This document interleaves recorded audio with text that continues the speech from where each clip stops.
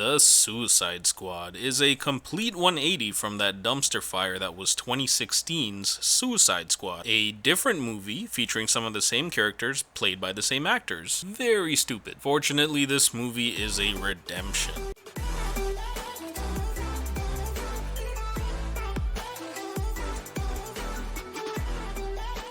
Right from the beginning of this film, this movie wastes no time in showing you who and what the Suicide Squad actually is. In the comics, they're imprisoned criminals that are tasked with performing critical missions in exchange for years off of their sentences, and if they refuse, the ruthless Amanda Waller will blow their heads off with a planted device in the base of their skull. So these guys are truly expendable. And when I say these guys, who in the hell are these people? Polka Dot Man? Ratcatcher? When the movie started, I'm thinking DC Comics has such an impressive roster of anti-heroes and you pick these people? Some 2 hours later, however, I'm saying to myself, okay, Ratcatcher needs her own movie, Polka Dot Man needs his own movie, and every superhero movie has that group shot, and the group shot was so epic here because as I'm watching the Suicide Squad standing together side by side, I realize I care about all these guys and I don't want any of their heads to explode. On the contrary, you have the group shot from 2016 Suicide Squad, and I can't wait for them all to die because they're so flat and boring and one-dimensional. Vex me,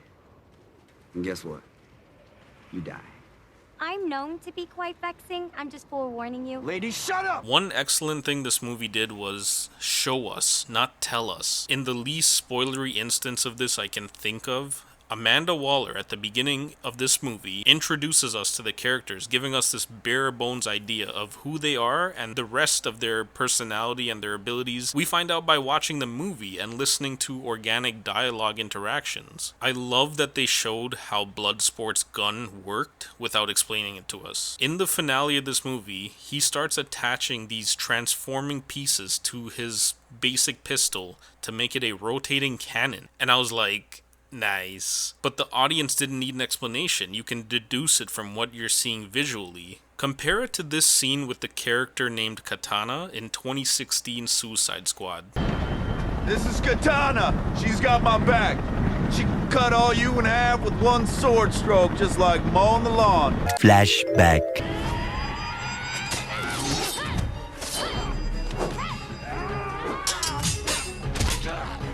See, they just told us, then they showed us. What a waste of dialogue. And the movie does this plenty of times throughout its 2+ hour runtime. With this film, the studio has even done a good job marketing the movie. I actually was not impressed with any of the trailers I saw. I just wanted to see the movie because of the big names attached to the project. But it's actually very deceiving as the trailer hides a lot from you, and especially considering who is appearing in most of the promotional material and who is actually the focus of the movie. I'm kind of glad Warner Brothers did what they did with the trailer, and you'll see why when you watch the movie. This movie will be like, okay, this crazy plot twist and super tense showdown is happening on this level of this building. But let's cut back to 10 minutes earlier where several floors above in the same building, you have the rest of the characters fighting something else with their own stakes involved. There are several of these time jumps in this movie, which work well actually, and when a creative choice like that is applied to a movie as opposed to intercutting the footage,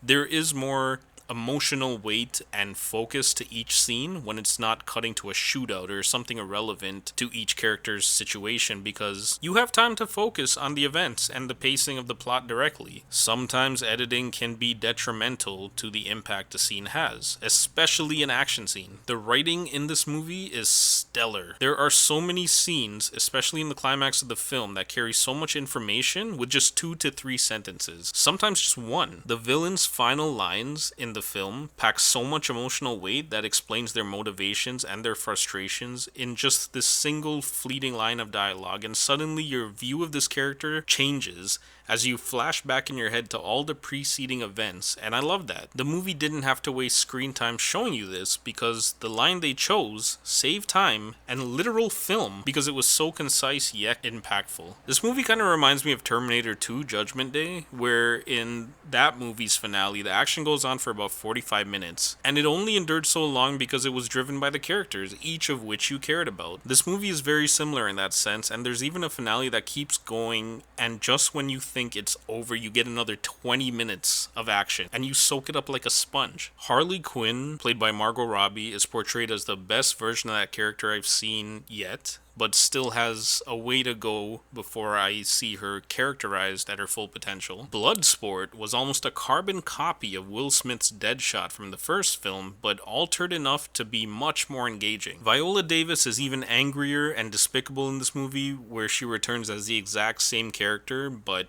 just angrier. She plays Amanda Waller, and I really wish they'd explore that character more because she has a tragic backstory and personal depth that motivates her, but they never make mention of it in these movies. Personally, Ratcatcher 2 and Polka Dot Man and King Shark were my favorite standout characters of the film. King Shark is voiced brilliantly by Sylvester Stallone, and he's this goofy, hulking, 7-foot-tall, bipedal great white shark who just wants friends and who wants to understand his place in the world. He reminded me of the characterization of Hulk in Thor Ragnarok. What are you, crazy? Yes! And my wife described him as very cute. Somewhere in the middle of this movie, there is a scene in a club where you witness all the characters just unwind and get drunk and dance, and upon initial viewing, it's funny and relatable because they're all human beings. But when you watch it a second time after completing the movie, it's actually heartwarming, and you realize all the dialogue in that scene has a whole new meaning. You hear someone casually say something along the lines of, "Come on, this could be our last drink," and for some of them, it actually is. The Suicide Squad was so well produced that even without its R rating, and man did they really make use of that R rating, but even without it, the movie was very well done. The film tells an action-packed story with riveting characters and high stakes, buffed up by the hard R rating, and it barely falters. This is one of the best DCEU movies. I'd put it up there in the top 5 for sure, maybe top 3, who knows? Time will tell. But for me, its current standing is at an 8 out of 10. Thanks for watching, guys.